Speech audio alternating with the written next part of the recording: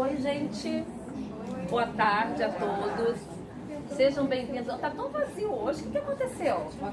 Rock in Rio. Ai, gente, não acredito. Olha, deixa eu falar uma coisa. O tema hoje eu não mandei pra ninguém. Propositalmente. Porque eu pensei assim, não vou mandar. Porque se eu mandar, ninguém vai. E aí eu acho que meu inconsciente foi tão longe que a galera, não veio. Porque o tema hoje, apesar de hoje ser dia de Cosme e Damião, de alegria, de felicidade, eu vou falar sobre morte. Vou falar sobre suicídio. Exato. Já sabia que muita gente não vinha. Acho que se eu botasse na rede eu não via ninguém. Mas tudo bem, vamos lá.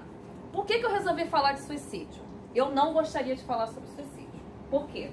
É um assunto extremamente profundo, complexo,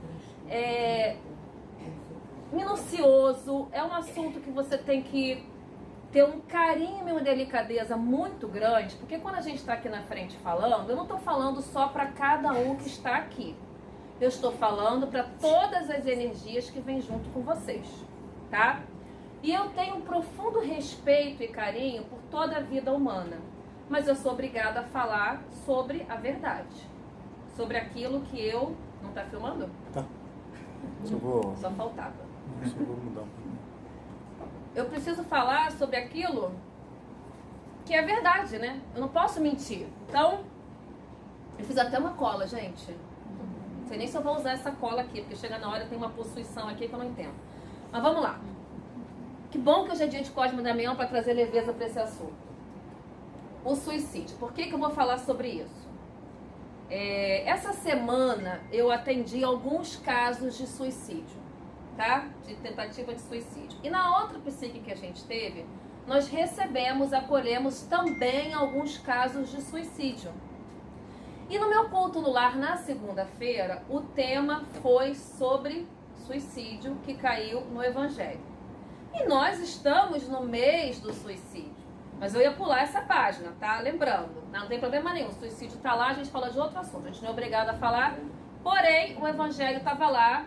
E quando eu estava lendo a parte sobre o suicídio, no mesmo momento que eu lia, eu recebi uma mensagem do Haroldo Dutra falando sobre o suicídio.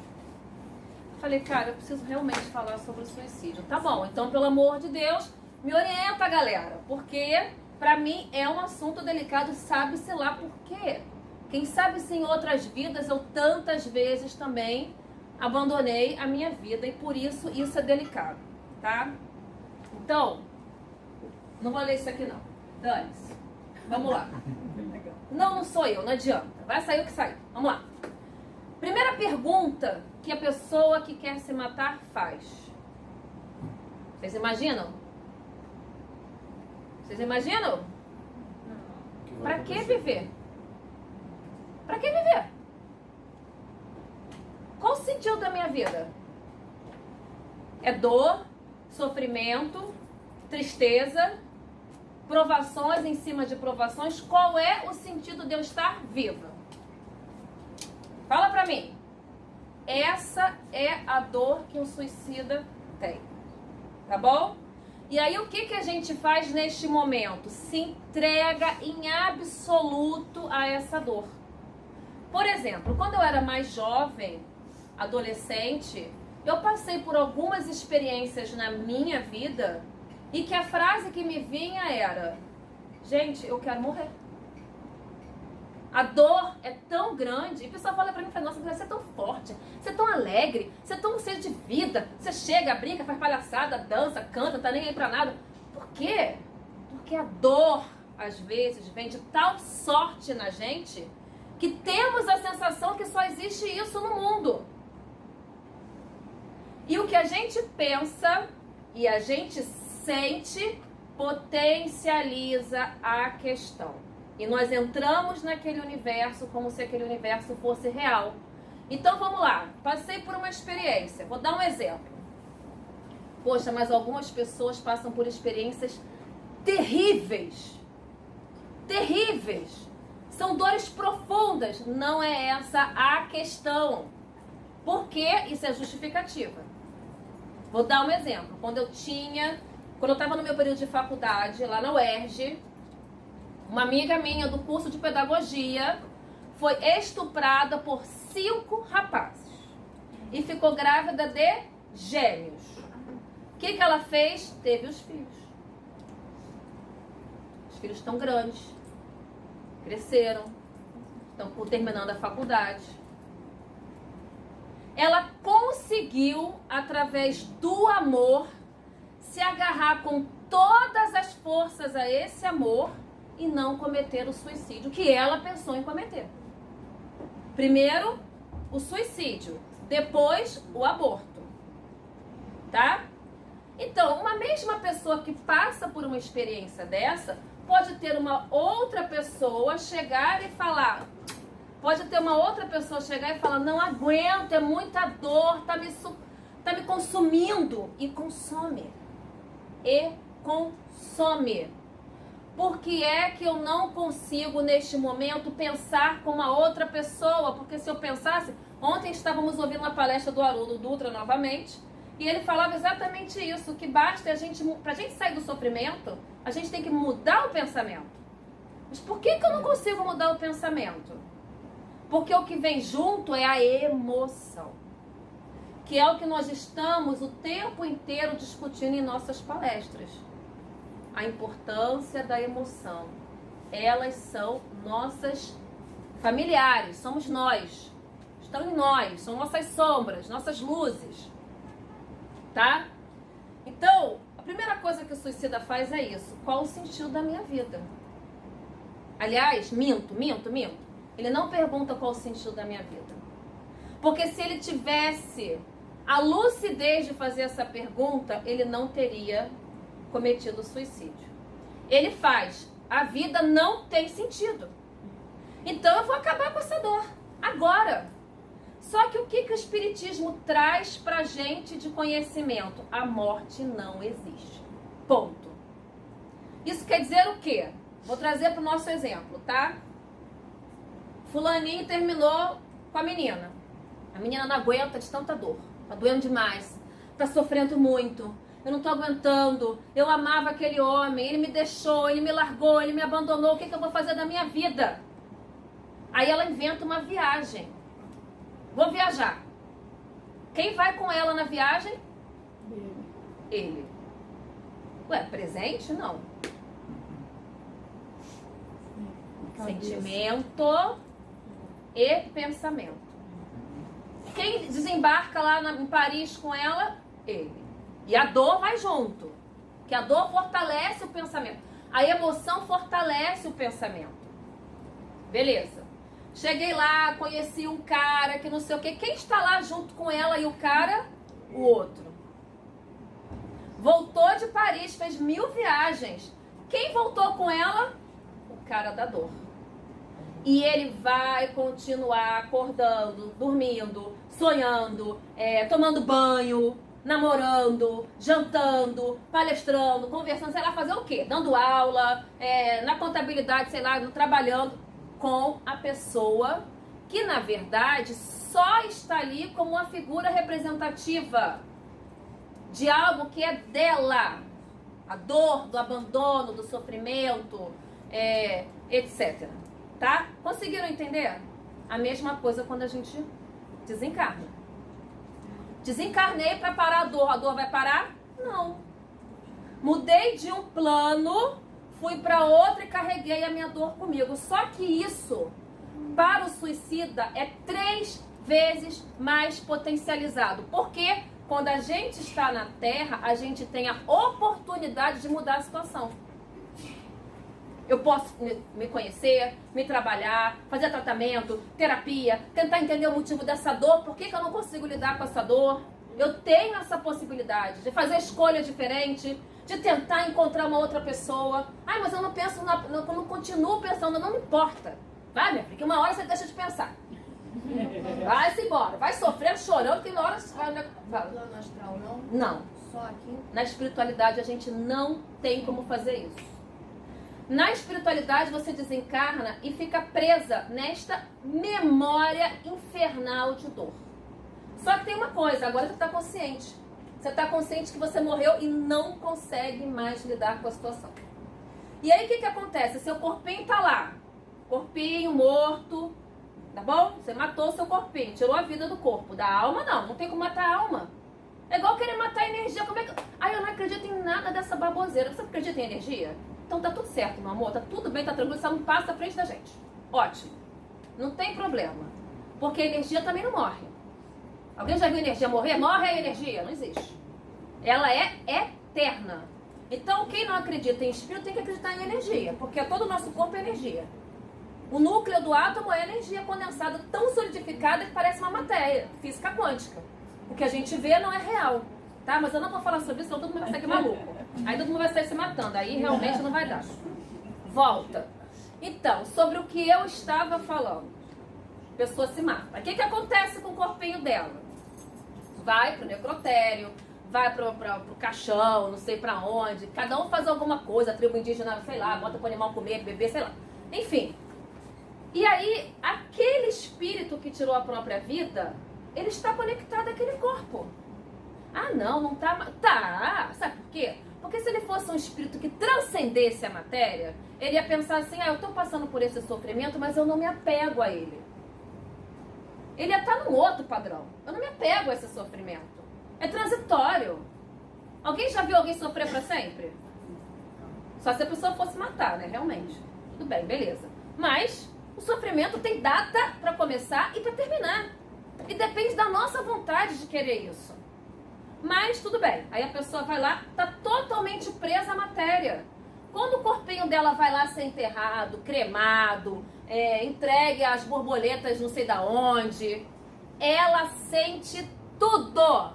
Tudo, absolutamente tudo. O corpo em decomposição, a unhazinha sendo comida, tudo. O corpo sendo queimado. Ai, nossa, mas que maldade, Deus vai fazer isso. Não, meu amor, não é Deus, é ela que está presa ao corpo. Não, mas ela quis se livrar do corpo, não quis. Se ela tivesse se livrando do corpo, ela tinha uma outra consciência. Uma consciência de libertação. Estou nesse corpo, mas esse corpo não me domina. Se eu tiro o corpo, é porque eu estou muito mais ligada à matéria do que a minha espiritualidade, a minha essência divina. Entenderam isso?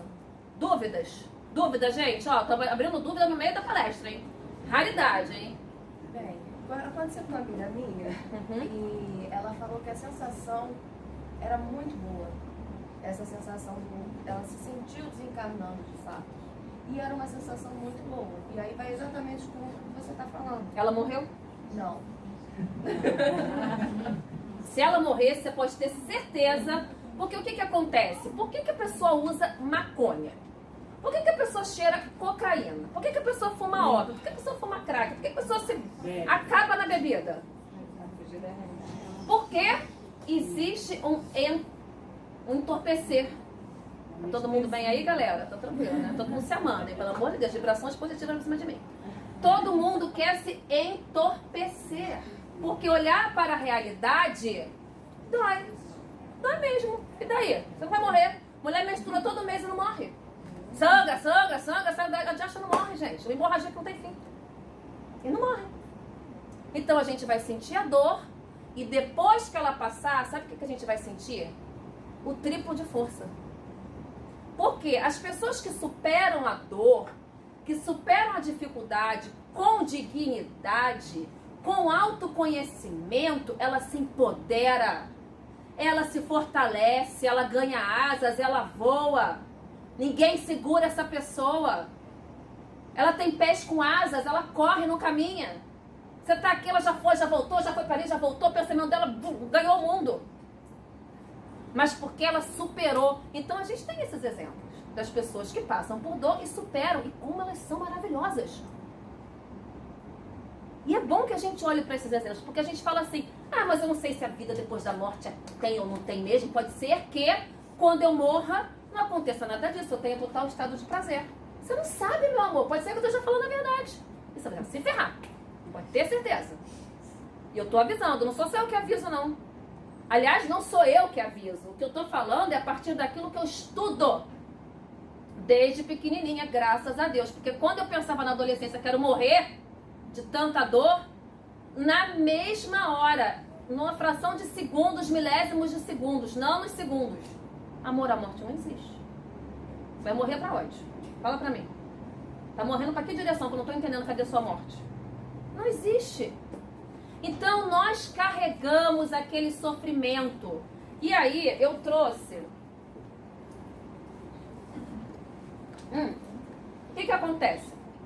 A pessoa que ainda tem o seguinte, além de você saber que a morte não existe, que você sente todas essas questões, depois que... tem outra coisa, tem 2 tipos de suicidas. Beleza, nossa telepatia tá excelente. Tem 2 tipos de suicidas. Tem o suicida que é chamado de consciente, que é aquela pessoa que fala assim, cara, eu não aguento mais, vou me matar, morreu, tá? E tem aquela pessoa que é inconsciente. Quem são os inconscientes? Fumante, por exemplo. Tá bom, quem mais? Todo dia se mata. Hã? Se mata todo dia. Quem? O consciente. O inconsciente.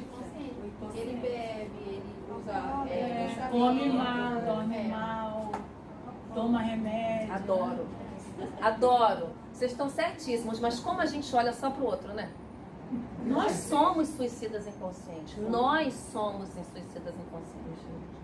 Eu passei por uma experiência no meu trabalho, num dos meus trabalhos agora, uma briga política tão grande. E eu no meio daquele tiroteio, e eu pensava assim, meu Deus, como Jesus agiria? E eu falei assim, caraca, tá muito difícil agir igual Jesus. Eu falei até com o Ricardo, eu falei, Ricardo, tava tão difícil agir como Jesus que eu preferi usar o Divaldo como referência, porque tava difícil demais. Mas eu passei por tanto desgaste de energia. Eu chorei um dia inteiro praticamente, liberando essa carga pesada de energia, catarse de energia, um ambiente tenso, pesado, liberando, enfim. Morri acho que uns 3 dias ali. 3 dias eu perdi na minha encarnação. Consumindo minhas células, que vão se reverter em algum momento, tá? Já comecei a sentir dor aqui na coluna, piorou. Não tem jeito, o corpo é o nosso melhor amigo, ele nos ama mais do que a gente ama ele. Nos serve muito mais do que a gente serve a ele. Sabe por quê? Porque qualquer coisa que a gente tem de maléfico no nosso espírito, ele puxa. O teu espírito não ficar todo craqueiradozinho. Ele puxa, drena, vem como doença, vem como qualquer coisa. Ele é nosso amigo ou não é?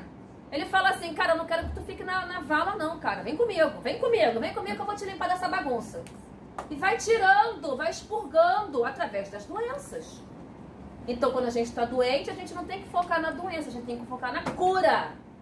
Na que é bom, no que é saudável. É a mesma coisa, se eu estou com um pensamento suicida, eu tenho que focar em pensamentos positivos. Mas eu não estou, sim, mas uma criatura, uma hora você sente.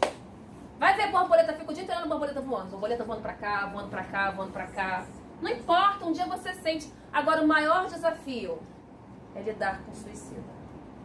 Porque ele está preso numa matriz que ele não consegue enxergar outra coisa além do sofrimento dele.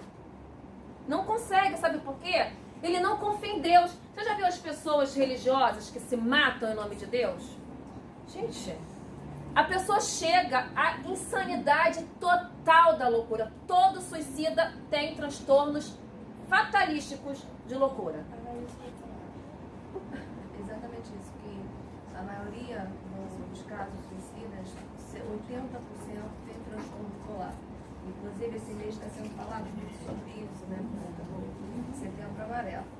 E aí vem a pergunta, já que a gente está sabendo que o suicida, né, o ato suicida, vem um limite de um transtorno que às vezes ao longo da vida já existia, que nunca foi diagnosticado, enfim, existe então de fato uma enfermidade mental. E aí como fica essa questão de busca de tratamento versus espiritualidade? Olha, o que faz a pessoa ter vontade de se matar é uma infinidade de respostas. Por quê? Cada pessoa é um universo dentro de si. Por mais que você tenha 2 pessoas que tenham uma tentativa de suicídio parecidas, ainda assim serão buscadas por questões totalmente diferentes. Então não tem como a gente julgar o porquê que uma pessoa tem. Às vezes a pessoa não tem um transtorno físico. Às vezes a pessoa tem no cérebro já uma predisposição para o suicídio. Às vezes não, foi um ato impulsivo, totalmente de loucura, de alucinação total. Pode acontecer isso. A gente não tem esse controle, porque cada universo, cada pessoa carrega um universo dentro de si. Como é que a gente vai julgar? Não tem como. Quando a gente lida com uma pessoa que tem predisposição ao suicídio, à depressão, o que a gente só pode fazer é amar. Amar. Amar incondicionalmente. Doar amor. Imaginar aquela pessoa banhada em muito amor. Usar sempre palavras positivas. Sempre. Porque ela enlouquece você. Sabe por quê? Ela tá louca. Ela colocou na cabeça dela que a vida acabou por conta, vamos dizer assim, alguém terminou comigo. Para algumas pessoas isso é ridículo, mas aquilo não é ridículo, é real, tá vivo dentro dela. Como que você vai tirar ela do mundo dela? Só se você apresentar para ela um outro mundo. E ainda assim ela vai ter que querer sair daquele mundo. E aí existem médicos, psiquiatras, psicólogos, terapeutas, a própria medicina do espiritismo, que é o que o Haroldo Dutra até estava falando ontem na palestra que a gente estava vendo sobre isso, que a psicologia precisa agregar, ela ainda não agrega, a física quântica já agrega muito mais isso, o conhecimento da vida após a morte, como um complemento que não pode mais ser separado. Para você estudar o pensamento, para você estudar as emoções. Por quê? Ela pode ter um pensamento suicida, de dor. Ai, quero morrer. Quem já falou isso? Ai, gente, queria morrer. Quem já falou? Mas se você não tem dentro de você a carga emocional, você não concretiza. É algo que vem e vai. Só que o que acontece? Nós andamos sozinhos? Não. Nós andamos acompanhados por um monte de gente que a gente não vê. São as energias que a gente não está vendo, amiguinhos. E o que acontece? Ah, tem alguém para se juntar pra gente nessa dor? Pra gente compartilhar energia e se alimentar? Mete pensamento nessa pessoa. Mete, então, é tudo interligado. Ah, então peraí. Todo caso de suicídio é caso de obsessão? Não. Todo caso de suicídio tem algum problema físico? Não. Mas tudo se interliga? Sim. Por quê? Chama só. O suicida chama obsessão, não? Sim, então, mas o que eu tô te falando é o seguinte.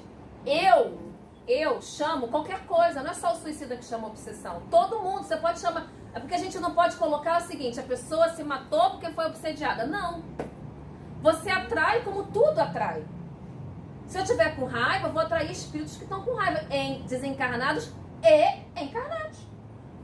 Se eu tiver com sentimento de traição, eu vou atrair espíritos desencarnados ligados a isso e encarnados. Então, tudo influencia tudo. Quando a gente estuda história na escola, na faculdade, etc., a gente aprende que o homem, ele influencia o mundo da mesma forma como ele é influenciado. Então, nós temos a nossa consciência individual e temos a consciência coletiva. Ambas dialogam o tempo inteiro. O tempo inteiro, não tem pausa. E aí, o que acontece? Agora eu vou usar minha cola em um minutinho. Tal. Beleza. E aí, vocês já entenderam, né? Que a pessoa que morre e acha que morreu é ilusão, né? É uma ilusão. Mesmo que eu não acredite no espiritismo, vai estudar física, vai estudar ciência, que você vai ver que isso é energia. A energia não morre. Ela transmuta, transforma, mas não morre. Só que eu queria, se vocês me permitirem, eu queria ler uma psicografia do Chico Xavier pelo Irmão X, que ele entrevista uma suicida no plano espiritual. Vocês topam que eu leia? Tá?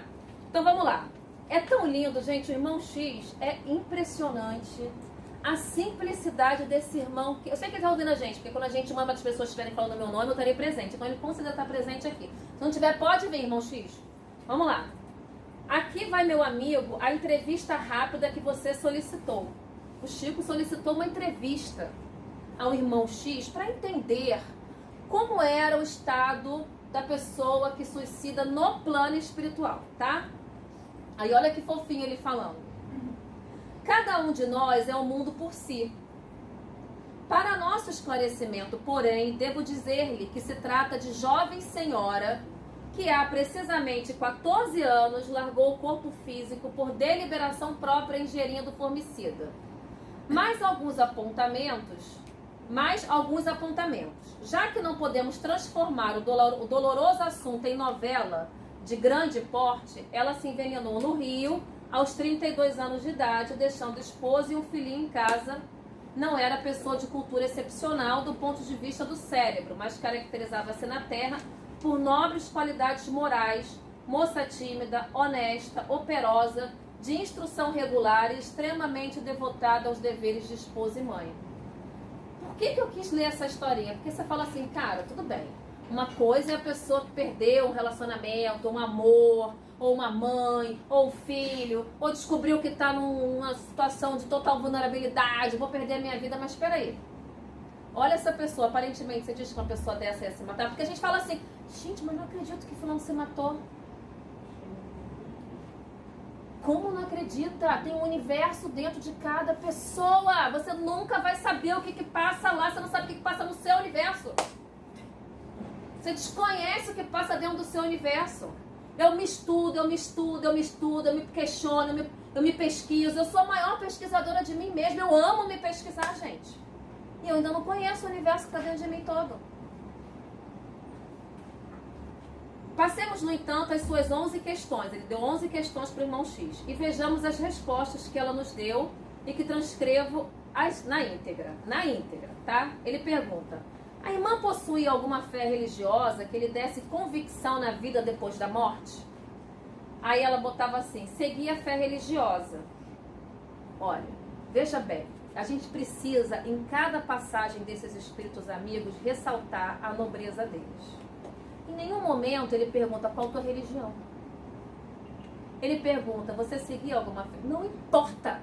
Ele só quer trazer pra gente que independente de onde você esteja, você pode ser suscetível a isso. Tá bom? Se fosse outro, já ia ficar, mas qual a religião que ele frequentava? Vamos descobrir. Vamos lá. Seguir a fé religiosa, como acontece a muita gente que acompanha os outros no jeito de crer, na mesma situação que se atende aos caprichos da moda. Para ser sincera, não admitia fosse encontrar a vida aqui, lá no plano espiritual, como a vejo tão cheia de problemas, ou talvez mais cheia de problemas que a minha existência no mundo. Ou seja, ela desencarnou e ficou surpresa, porque ela está achando que lá do outro lado, ela está tendo mais problema do que aqui. Quando sobreveio a morte do corpo, ficou inconsciente ou consciente? Não conseguia sequer mover um dedo, mas por motivos que ainda não sei explicar, permaneci completamente lúcida e por muito tempo. Quais as suas primeiras impressões ao verificar-se desencarníveis sofrimentos? Um remorso indefinível tomou conta de mim. Ouvi os lamentos de meu marido e de meu filho pequenino, debalde gritando também a suplicar socorro. Quando o rabecão me arrebatou o corpo imóvel, tentei ficar em casa, mas não pude. Tinha a impressão de que eu jazia amarrada ao meu próprio cadáver pelos nós de uma corda grossa. Sentia em mim um fenômeno de repercussão que não sei definir. Todos os baques do corpo no veículo em correria, atirada com ele a um compartimento do necrotério. Chorava de enlouquecer. Você imagina? Você com sofrimento, com dor, gritando. Alguém me ajuda? Alguém me ajuda e ninguém te ouve. Depois de poucas horas, notei que alguém me carregava para a mesa de exame. Vi-me desnuda de chofre e tremi de vergonha. Mas a vergonha fundiu-se no terror que passei a experimentar ao ver que 2 homens moços me abriam o ventre. Autópsia. Sem nenhuma cerimônia. Claro, um corpo que está morto. Embora o respeitoso silêncio com que se davam a pavorosa tarefa, não sei o que me doía mais, se a dignidade feminina retalhada aos meus olhos, ou se a dor indescritível que me percorria a forma, em meu novo estado de ser, quando os golpes do instrumento cortante me rasgavam a carne. Mas o martírio não ficou nesse ponto, porque eu, que horas antes me achava no conforto do meu leito doméstico, tive de aguentar duchas de água fria nas vísceras expostas como se eu fosse um animal dos que eu vira morrer, quando menina, no sítio de meu pai.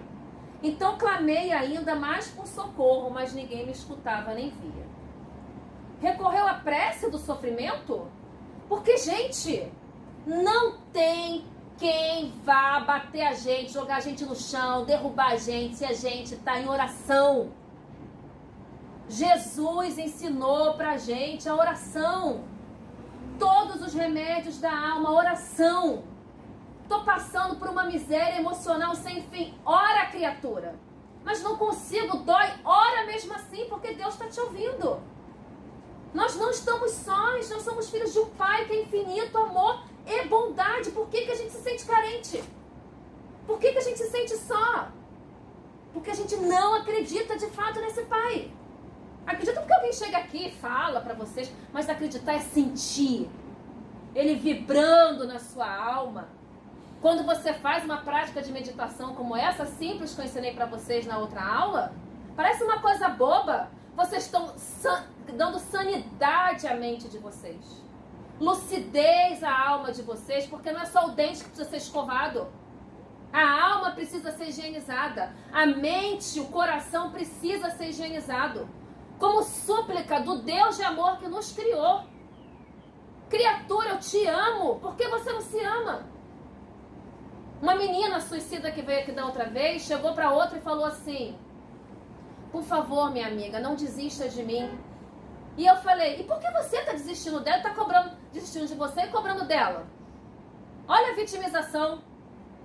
Somos o tempo todo, nos vitimizamos de tudo. Para chamar a atenção. Para quê? Se a gente é filho de um Deus de amor. Mas vamos lá. Então daqui a pouco eu vou ser eleita política. Recorreu à prece no sofrimento? Sim. Mas orava à maneira dos loucos. Porque alguém pode falar assim: pô, não é possível, essa pessoa rezou e Deus não foi lá ajudar. Ela não estava em sintonia. Ela estava presa na loucura ainda mental. Achava-me em franco delírio de angústia, atormentada por dores físicas e morais. Além disso, para salvar o corpo que eu mesma destruíra, a oração era um recurso que lançava a mão muito tarde. Isso quer dizer o quê? Porque agora ela estava rezando para quê? Para voltar ao corpo, arrependida. Não tem mais como, meu amor. Não tem mais como. Agora você vai ter que fazer, sabe o quê? Rezar não é para você voltar ao corpo. Você vai ter que rezar para você se perdoar, porque agora você vai entrar no martírio da culpa. E a culpa a gente arrasta com uma facilidade. A gente quase faz uma carinha na culpa, enfeita a culpa, bota roupinha, bota bordado na culpa e vai errar. Tem culpa, vem comigo, meu amor. A gente faz isso encarnado que sai desencarnado. Ah, mas por que ela está se sentindo culpada se ela queria isso? Porque na nossa matriz, que é uma matriz feita por um Deus de amor, está dizendo vida. Vida em abundância. Quando você contraria essa matriz, você está contrariando a lei de amor. Não é Deus que falou assim: agora eu vou te punir. Agora você vai sofrer, você vai ficar aí. Porque geralmente, casos e casos e casos e casos, não tem nada determinado, fixo na espiritualidade. Quando você desencarna, a tendência é você ficar presa ao teu corpo até a data que seria marcada do teu desencarne. É uma tendência, tá? Não vai sair falando: ai meu Deus, e agora? Não. Cada caso é um caso, mas a maioria dos casos é assim. A maioria dos casos é assim. E quem na loucura, imagina, a pessoa desencarnar na loucura, você acha que ela tem tempo de pensar: ai meu Deus, olha o que eu fiz, agora eu me amo. Eu matei porque eu não tinha amor por mim. Não, agora eu me amo, me perdoo. Não dá, vai ficar na loucura ali, ó, remoendo. Entenderam? Beleza. As energias do corpo abandonado, como que me eram devolvidas por ele, e me achava tão materializada em minha forma espiritual quanto na forma terrestre. Sentia-me completamente sozinha, desamparada. Aí ele pergunta: assistiu ao seu próprio enterro com o terror que o meu amigo é capaz de imaginar? Não havia espíritos benfeitores no cemitério? Sim, mas não poderia vê-los, estava mentalmente cega de dor. Não quer dizer que Deus não estava ali. Vem, meu amor. Ele estava o tempo todo, antes da gente se matar, ele está ali. Vem, meu filho.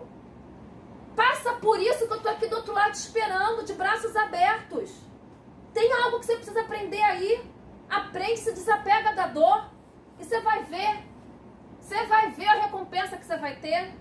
Mas não escuto. Não escuto em vida, vou escutar na morte. Gente, peraí, né? Vamos com calma. Se, senti-me sobre a terra, sempre ligado ao corpo, como alguém a se debater num quarto abafado, lodoso e escuro. O que aconteceu em seguida? Até agora não consigo saber quanto tempo estive na cela do sepulcro seguindo, hora a hora, a decomposição de meus restos. Houve, porém, um instante em que a corda magnética cedeu. A corda magnética é o cordão de prata que liga o corpo ao espírito. Cedeu.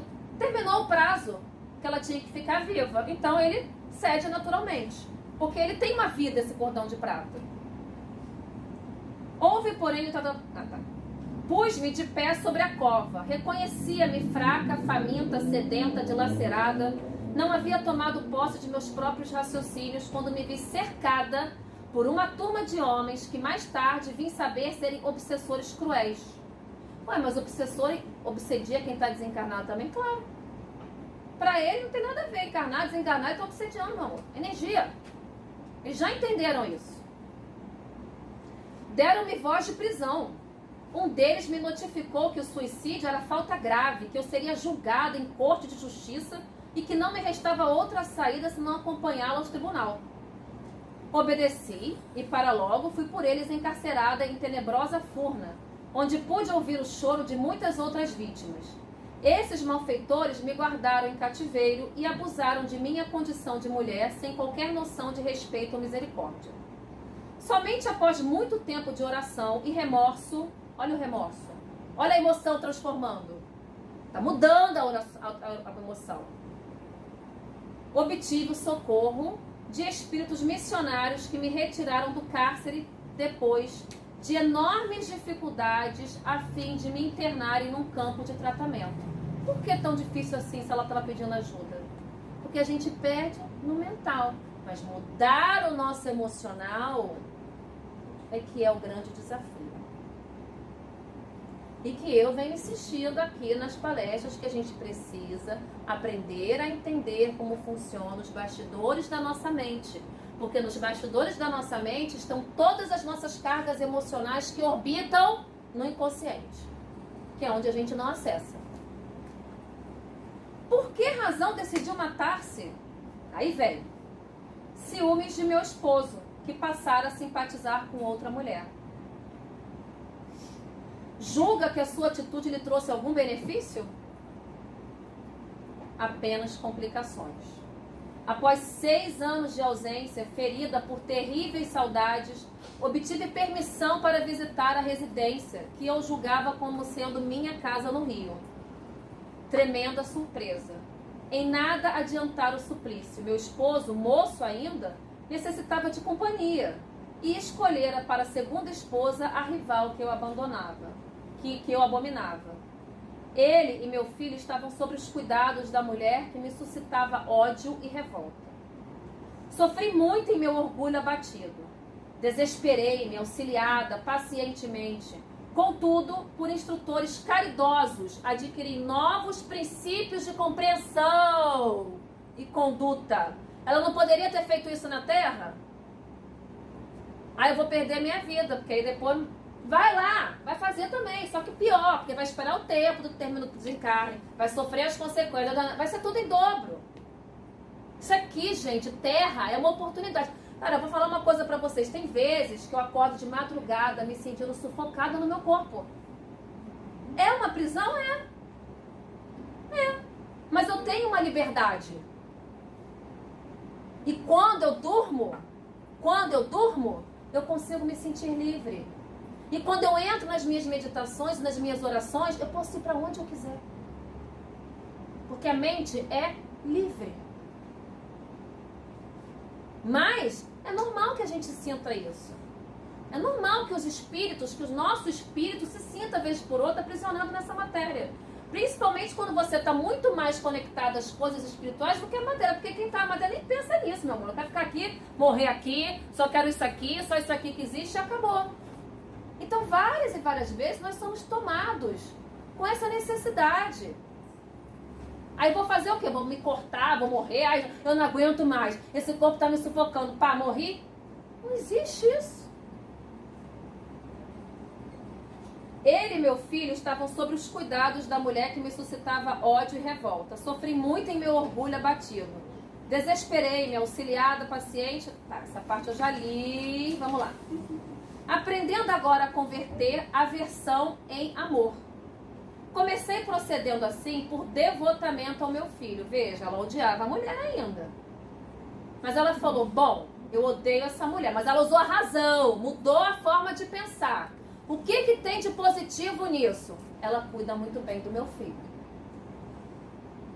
A quem ensinava, ansiava estender as mãos e só possuía anular as mãos dela, habilitadas a me prestarem semelhante favor.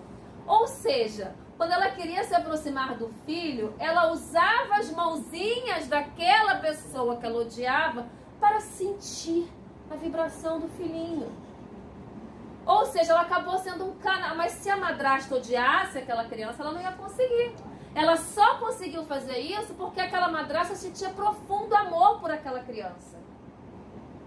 Pouco a pouco, notei-lhe as qualidades nobres. Começou a observar as qualidades nobres da mulher. De caráter e coração. E hoje a amo deveras. É uma emoção também, tá, gente? Por irmã de minha alma. Gente, isso é amor. O amor cura. Não precisa de palavra, é amor. Como pôde observar, o suicídio me intensificou a luta íntima e me impôs de imediato duras obrigações. Que aguarda para o futuro? Tenho fome de esquecimento e de paz. E a gente vem pra terra e quer saber o que fez na vida passada, né? Ai, será que eu fui faraó? Ai, será que eu fui no seu... Meu amor, se você foi alguém importante, você matou e fez o diabo. Tá? Presta atenção. Se você foi alguém que sucumbiu na prova, pô, já foi um diabo também. Esquece. Melhor se focar no presente. Trabalho de boa vontade em meu próprio burilamento. E qualquer que seja a aprovação que me espere, nas corrigendas... A aprovação para ela passou de ser uma tortura, um martírio, para ser algo a corrigir de uma má inclinação de sua alma. Olha aqui, ó. Qualquer que seja a aprovação que me espere nas corrigendas que mereço, rogo a compaixão divina que me permita nascer na terra. Quer voltar? Quer voltar, porque sabe que é aqui que é a grande oportunidade. É aqui. Ai, essa terra é tão difícil, mas é uma oportunidade. Outra vez, quando então conto retomar o ponto de evolução em que estacionei para consertar as terríveis consequências do erro que cometi. Então, é claro que cada caso é um caso. Mas a gente tem que tomar consciência de que se a gente não cuidar da sanidade da nossa mente, nós somos nossa principal empresa. Somos nós. Nós somos nosso principal tesouro. Nós somos a pessoa mais importante do mundo para nós mesmos. Eu tenho que pensar em mim em primeiro lugar. Isso é egoísmo? Se você acha esse problema é seu, meu amor. É o seu julgamento de egoísmo. Porque se eu não estou numa terra firme, se eu não penso em me salvar primeiro, como é que eu vou salvar a criatura do meu lado? Isso é uma consciência sua, de sentimento de egoísmo que prevalece no julgamento. E classifica você cuidar de você mesmo como sendo egoísta. Mas você cuidar de você mesmo é o maior ato de amor que você pode devolver ao Deus que te ama. Então, quando nós estivermos diante de uma pessoa suicida, que é extremamente desafiador, eu digo que é mais desafiador, a pessoa que está do lado de um suicida que não morre, é muito mais propício a morrer do que o suicida. É igual a droga, a dependência, de todas as sortes. Por quê? Porque a pessoa está no estado de loucura, alienação, ela não enxerga. Mas a pessoa que está lúcida ao lado tem convicção do que está acontecendo. E é enlouquecedor. Se a pessoa não cuidar de si, ela adoece. Ah, mas eu vou abandonar aquela pessoa? Às vezes você precisa.